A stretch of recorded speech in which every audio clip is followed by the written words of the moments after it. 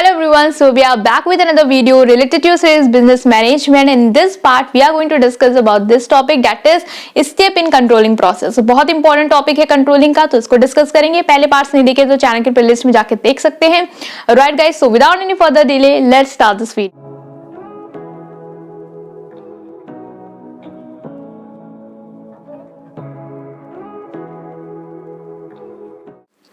So now guys, हम यहाँ पे डिस्कस करने वाले हैं कि आपके कंट्रोलिंग प्रोसेस में क्या क्या स्टेप होते हैं. ठीक है, मतलब कि हमने से पहले कंट्रोलिंग सीख लिया. कंट्रोलिंग क्या होता है? जब आप एक्चुअल परफॉर्मेंस को कंपेयर करते हो जो आपने स्टैंडर्ड परफॉर्मेंस रखी थी उससे, और देखते हो अगर कोई डिफरेंस है या कुछ भी डिफरेंस आया तो उसको किस तरीके से आप ठीक कर सकते हो, स्टेप लेते हो, तो वही क्या होता है? आपका कंट्रोलिंग होता है.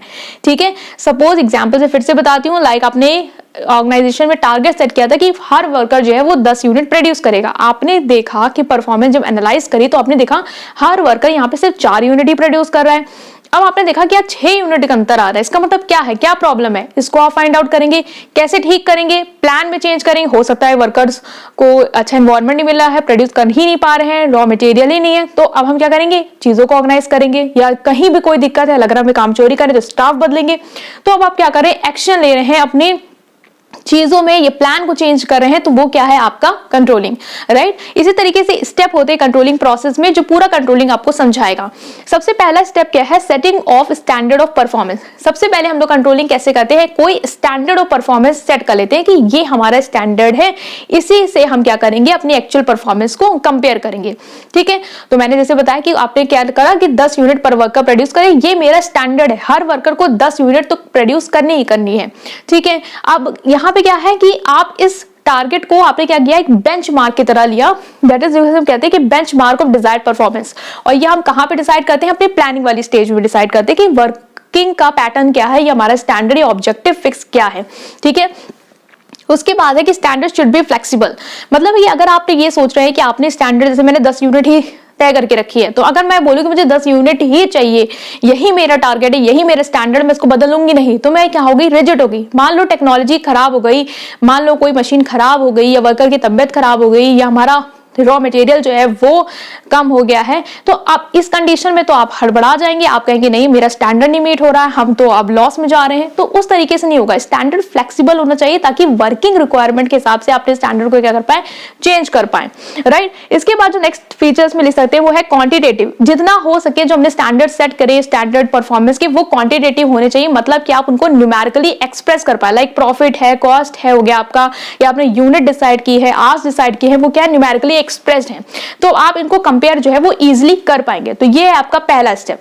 नेक्स्ट स्टेप पे मूव करें तो मेजरमेंट ऑफ एक्चुअल परफॉर्मेंस.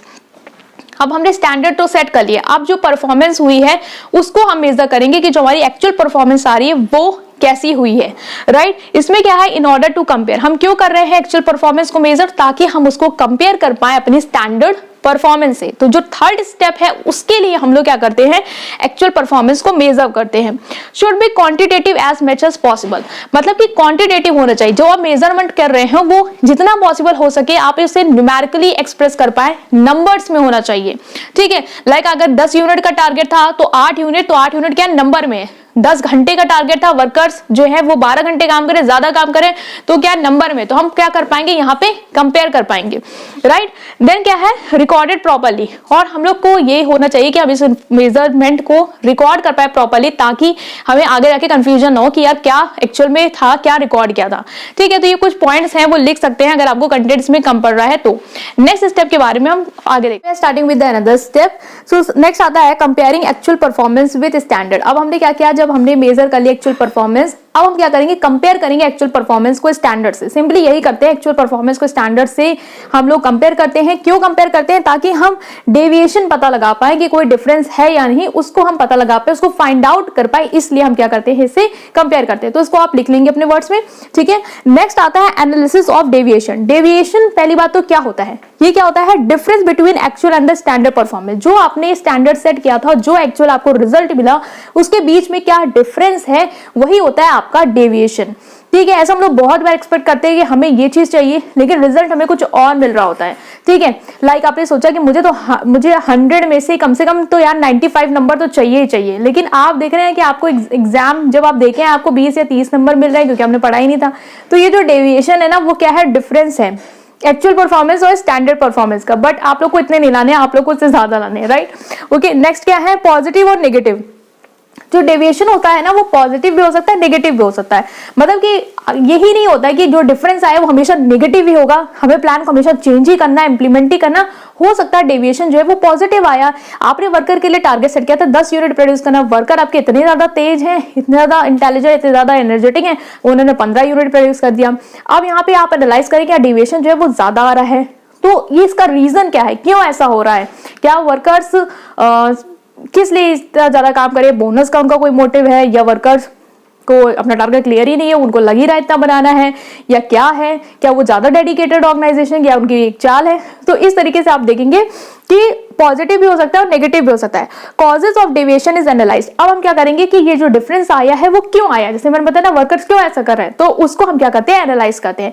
तो ये हो जाएगा आपका पूरा इसके अंदर की एनालिसिस ऑफ डेविएशन। लास्ट जो स्टेप आता है वो आता है टेकिंग करेक्टिव एक्शन। अब डेविएशन या डिफरेंस तो पता चल गया, लाइक हमने जो टारगेट सेट किया था वो तो हमें पता चल गया कि सही आया है या नहीं आया। अगर कम आया तो अब हम उसको कैसे ठीक करेंगे, कोई चीज आप कंट्रोल अब तक क्यों कर रहे थे, इतने स्टेप क्यों ले रहे थे, ताकि अगर कोई कमी हो तो उसको ठीक कर लिया जाए। इसलिए तो आप कर रहे थे, वरना इतना करने की जरूरत ही क्या थी, मत करो बवाल, छोड़ो जो हो रहा है, लेकिन नहीं कर रहे थे। तो on the basis of deviation आप करेक्टिव एक्शन लेंगे किस बेसिस पे, जो डिफरेंस आया उसके बेसिस पे लेंगे। डिफरेंस ज्यादा आया है तो, और डिफरेंस कम आया तो उसको कैसे ठीक करेंगे उसके बेसिस पे हम लेंगे। Modification of plan and standard, जो प्लान है स्टैंडर्ड्स को हो सकता है मॉडिफाई करना पड़ेगा। हो सकता है जो मैंने टारगेट सेट किया 10 यूनिट का वही मैंने सही नहीं सेट किया, या इतना प्रोड्यूस ही नहीं कर सकते वर्कर, तो मुझे उसको मॉडिफाई करना पड़ेगा। या ज्यादा प्रोड्यूस करें तो मुझे लग रहा है कि यार इतनी क्षमता ही है, मैंने शायद कम सेट किया था, मुझे ज्यादा सेट कर देना चाहिए। ठीक है, तो प्लान को भी मॉडिफाई कर सकते हैं, स्टैंडर्ड को मॉडिफाई कर सकते हैं। Standard the part of the plan, तो प्लान में कुछ बहुत सारी चीजें आ जाएंगी। ठीक है, ट्रेनिंग ऑफ वर्कर, वर्कर अच्छा परफॉर्म नहीं कर रहे, मुझे पता चला कि वर्कर अच्छा परफॉर्म नहीं कर रहे, उनकी परफॉर्मेंस बेकार है, तो अब मैं क्या करूंगी, वर्कर्स को ट्रेनिंग दूंगी। तो इस तरीके से आप चीजें कर सकते हैं। जो भी करेक्टिव एक्शन है वो आपको लेना होगा on the basis of the deviation, right. And then feedback. Feedback क्या होता है, ये पूरे प्रोसेस का, कंट्रोलिंग प्रोसेस का एक इंटीग्रल पार्ट है, एक अंदर का पार्ट है। यहाँ पे क्या होता है, जो सबऑर्डिनेट होते हैं वो सुपीरियर को फीडबैक टाइम टू टाइम देते रहते हैं कि सर ये परफॉर्मेंस चल रही है, ये वर्कर इस तरीके से परफॉर्म कर रहे हैं।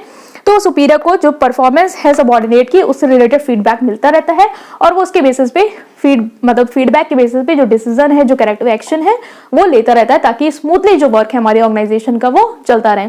तो यहाँ पे हमने इन सारे स्टेप्स को देखा, इन 5 स्टेप्स को देखा जो आपको याद रखने हैं। सबसे पहले तो स्टैंडर्ड सेट कर लीजिए, उसके बाद स्टैंडर्ड सेट करने के बाद आप जो परफॉर्मेंस आई एक्चुअल उसको मेजर कर लीजिए।